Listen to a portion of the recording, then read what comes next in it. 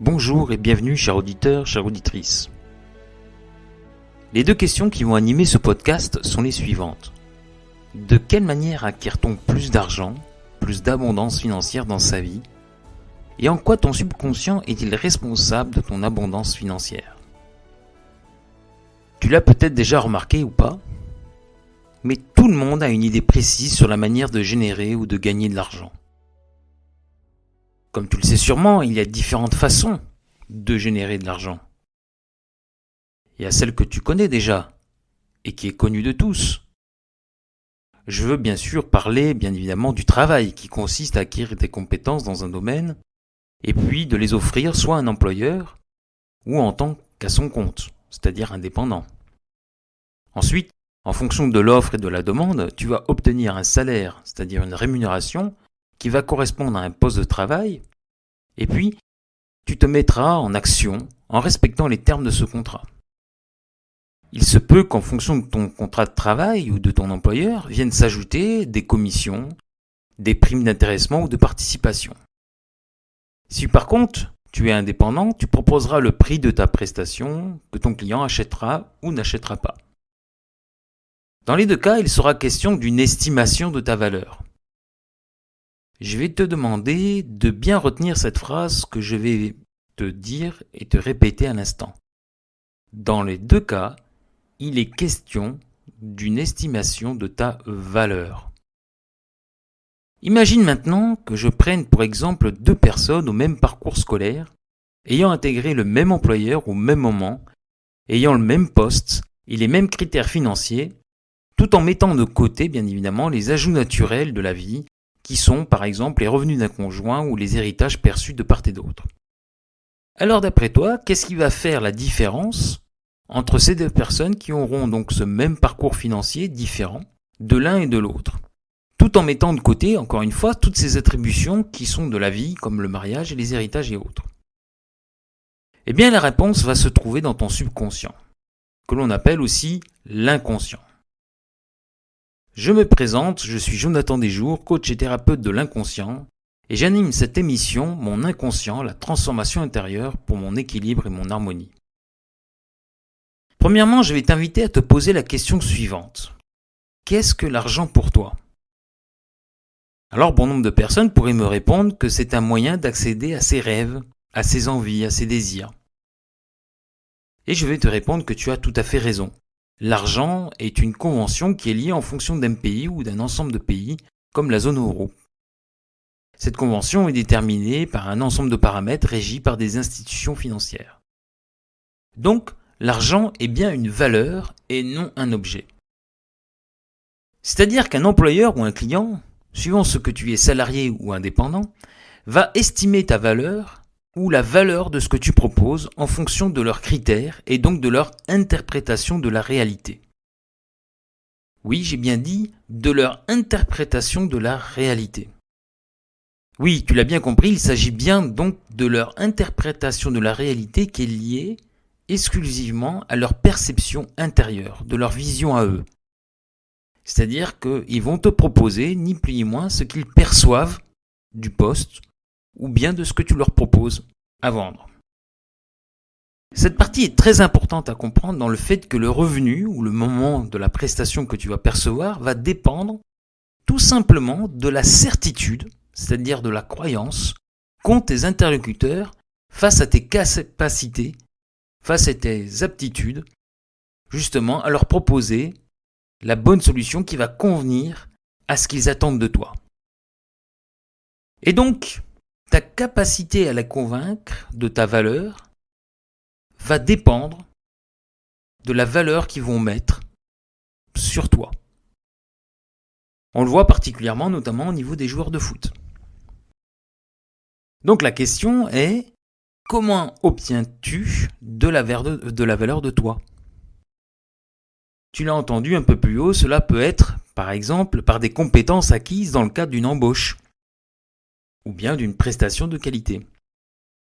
Alors maintenant, la question suivante que tu peux te poser, qu'est-ce qui fait qu'à valeur égale, sur le plan des compétences ou bien des prestations, une personne s'enrichit plus qu'une autre?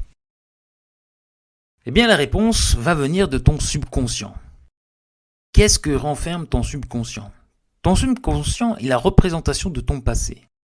Il a enregistré de manière méthodique ton passé émotionnel ainsi que tes certitudes créées lors d'événements vécus depuis ta naissance.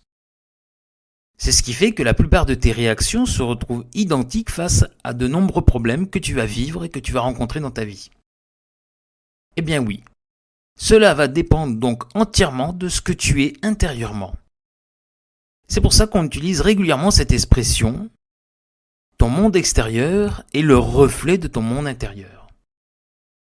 Pour comprendre ce qu'il se passe au point de vue de l'argent, je vais te donner un exemple d'une personne qui a vécu au sein d'une famille de 2 enfants et d'un couple de parents aimants et sans histoire.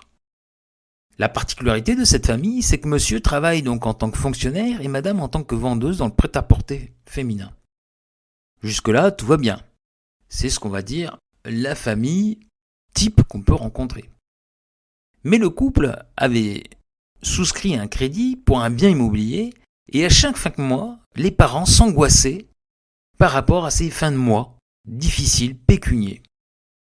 Et donc les enfants, malgré eux, ont observé ce spectacle et l'un d'entre eux a enregistré inconsciemment donc des émotions, des angoisses par rapport à l'argent, mais aussi au mot argent. Et donc celui-ci va grandir, lui aussi à son tour, avec donc ses émotions liées à l'argent.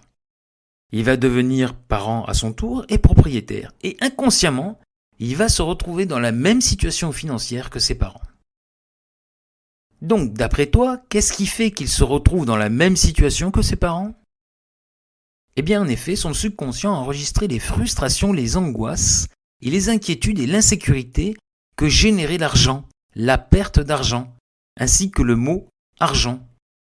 L'ensemble de ces blessures invisibles ont influencé cet enfant, qui plus tard fut un adulte, dans ses choix.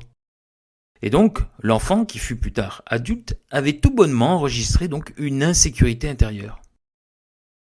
Et lorsque tu as cette blessure d'insécurité intérieure et que tu n'y as jamais prêté attention, eh bien, tu t'es laissé guider par cette insécurité intérieure. Tu as enregistré ton subconscient la peur de l'inconnu qu'on appelle aussi la peur du lendemain. Alors en quoi c'est important pour toi d'avoir connaissance de tes blessures intérieures ainsi que de tes certitudes sur le sujet de l'abondance financière? Eh bien, lorsque tu veux faire appel à la loi de l'attraction pour t'aider à réaliser tes rêves, eh bien tes blessures intérieures ainsi que tes certitudes actuelles t'empêcheront d'y accéder. Une loi universelle est très importante à connaître dans le cadre de ta vie. Cette loi est la suivante. C'est que l'être humain attire ce qu'il ressent. Et non, par rapport aux idées reçues, encore une fois, ce qu'il pense. Donc, j'attire ce que je ressens.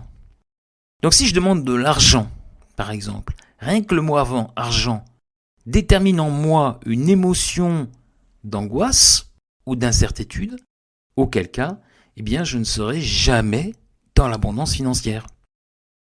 Ce qui veut dire que lorsque tu vibres de l'insécurité ou du manque, et donc un vide intérieur, eh bien tu ne peux pas attirer l'abondance financière. Ou tu auras de grandes difficultés à le faire. Et donc tu vas te retourner, très souvent c'est ce qui se passe, dans le sacrifice. C'est-à-dire que certains cumulent des heures à ne plus en finir, cumulent du travail à ne plus en finir, quitte à se mettre dans le mal-être, c'est-à-dire à vivre donc de la dépression ou bien de la douleur intérieure, comme par exemple de la fatigue et autres, pour avoir de l'abondance financière. Il y a en plus d'autres aspects qui viennent s'ajouter à l'insécurité intérieure et qui sont très importantes pour toi si tu souhaites avancer vers tes rêves. Il s'agit bien sûr de ta valeur intérieure, c'est-à-dire de la confiance en toi, de la croyance en toi. Eh bien oui, lorsque tu vibres de l'incertitude dans la vie, et notamment sur ton avenir, eh bien tu ne peux pas toujours accéder à l'abondance financière. Il n'y a pas d'autres émotions qui se grèvent dessus comme la culpabilité de ne pas réussir, l'amertume, la jalousie, la rancune, entre autres, entre ceux qui réussissent leurs rêves et toi qui n'y arrives pas. Ces émotions-là, eh bien, vont t'empêcher d'accéder, encore une fois, à l'abondance. Donc, tout va dépendre de ton subconscient. et donc de toi. Si en plus tu es dans le déni ou la victimisation de ce que tu vis, c'est-à-dire que tu refuses catégoriquement d'accepter tes blessures intérieures, de ce que tu es, tu vas alors continuer à vivre les mêmes problèmes. Tu vas les entériner, tu vas ni plus ni moins les enterrer en toi. Même si tu changes de travail, d'épouse, d'endroit, tu vas toujours retrouver la même situation à un moment donné dans ta vie. Tout le monde, tous les êtres humains sont concernés par ce que je viens de dire.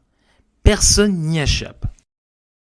On le sait, chacun d'entre nous avons des préjugés, tout comme avons des blessures émotionnelles enregistrées dans son subconscient, qui sont liées donc à notre valeur personnelle qu'on a enregistrée durant l'enfance.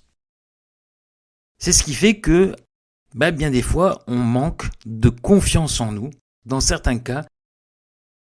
Alors je te le dis, ce n'est pas quand tout va bien en apparence qu'on s'en aperçoit de ces choses-là. C'est lorsqu'on vit la souffrance intérieure, liée donc à un événement extérieur, encore une fois, que tu vas te mettre en quête de calmer cette souffrance, sans comprendre que l'effet déclencheur ne vient pas de l'événement, comme une séparation, un licenciement, mais d'une toute autre blessure qui existait déjà en toi. Un autre élément va venir bloquer tes rêves. Il va s'agir bien évidemment de ton conditionnement lié à ton éducation. Si par exemple tu as une notion de bien et de mal, c'est-à-dire que tu te dis à chaque fois ça c'est mal, ça c'est bien, c'est-à-dire un raisonnement qu'on appelle dichotomique, eh bien tu vas vivre intérieurement ce qu'on appelle de la culpabilité, des angoisses liées au fait que tu vas associer toujours l'ensemble de tes actes à une notion positive ou négative. Il est clair qu'à ce moment-là, si tu es une personne qui a ce type de raisonnement, chacune de tes actions vont mettre ces émotions en ébullition. Ce qui va empêcher, encore une fois, d'attirer à toi les meilleures opportunités, ainsi que l'abondance. Il te faut impérativement comprendre que toutes ces résistances que tu vis intérieurement vont se manifester un jour ou l'autre dans ton monde extérieur. En résumé, si tu n'as pas conscience de tes blessures émotionnelles, de tes certitudes, de tes distorsions, de tes injonctions qui sont enregistrées dans ton subconscient, celui-ci te fera agir de la même manière que la première fois avec tes mêmes ressentis. La loi de l'attraction est avant toute chose une capacité de vibrer ce que l'on souhaite. Et la vibration, elle vient de la puissance de l'émotion et non de la pensée. J'attire chaque émotion que je pense et que je dis à haute voix. Ce qui veut dire qu'à chaque fois que tu es dans le déni de ta vie, eh bien tu fermes tout simplement l'ouverture de l'abondance. Et tu peux me croire, chacun d'entre nous ont des certitudes sur tout.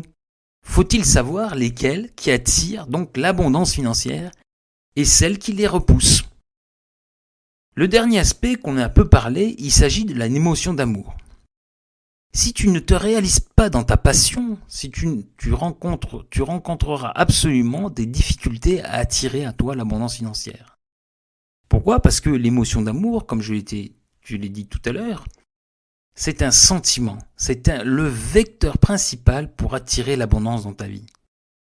C'est vraiment l'amour, c'est-à-dire la passion de ce que tu fais.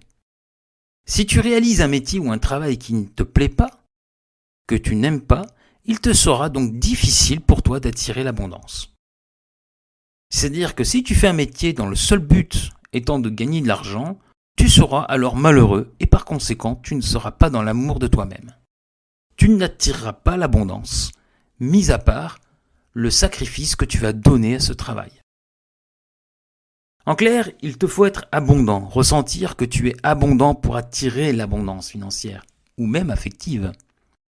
Il te faut cultiver l'humilité et t'accorder de la valeur, afin d'avoir confiance à ceux qui vont t'aider à te réaliser.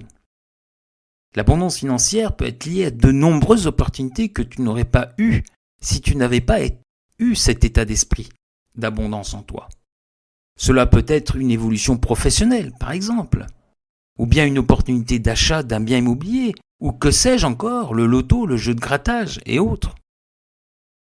Pour ma part, en ayant cette attitude, en ayant cet état d'esprit, j'ai eu de belles opportunités de carrière dans mon ancien métier.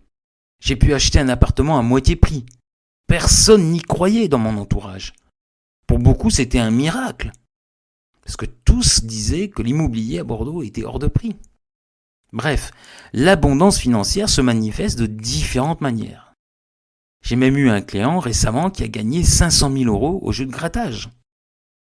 Et je peux te citer de nombreux exemples qui ont eu des gains grâce à cet état d'esprit. J'ai un client par exemple qui a rencontré sa femme, sa nouvelle femme, qui, elle, pour une fois dans toute sa vie, lui correspond tout à fait. Et cela après mon accompagnement.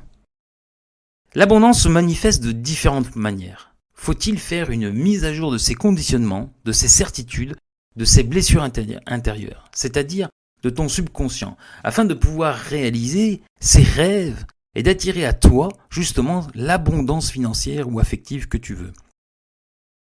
Comme je viens de le préciser, il s'agit d'avoir le bon état d'esprit pour attirer l'abondance financière. C'est-à-dire que si tu te dis que tu sais tout, sur tout, et que tu n'as besoin de personne pour te réaliser, il est clair que tu vas revivre les mêmes aléas jusqu'à ce que tu acceptes de te faire aider afin de pouvoir vivre ces rêves. Encore une fois, je le redis, mais la valeur que tu vas t'accorder sera plus importante par la suite sur ton chemin de vie. Comme je l'ai dit dans ce podcast, tout le monde a des certitudes sur tout, et elles sont très puissantes ces certitudes. C'est pour cela que dans de nombreux cas, il faut convaincre les personnes. Peut-être as-tu déjà entendu ce mot-là sans véritablement savoir à quoi il sert. Eh bien, ce mot convaincre sert et permet en fait de faire changer les certitudes d'une autre personne afin de lui faire adhérer notamment à d'autres certitudes qui lui permettront de s'élever. Et je peux te dire que c'est vraiment pas chose aisée de le faire. Très souvent, on se retrouve face à un mur. Tu sais, on le voit notamment dans les échanges entre les couples où l'un et l'autre veut avoir raison. Eh bien, c'est ni plus ni moins que chacun se positionne sur sa certitude, c'est-à-dire sur sa façon de voir la vie, sur sa façon d'interpréter la vie.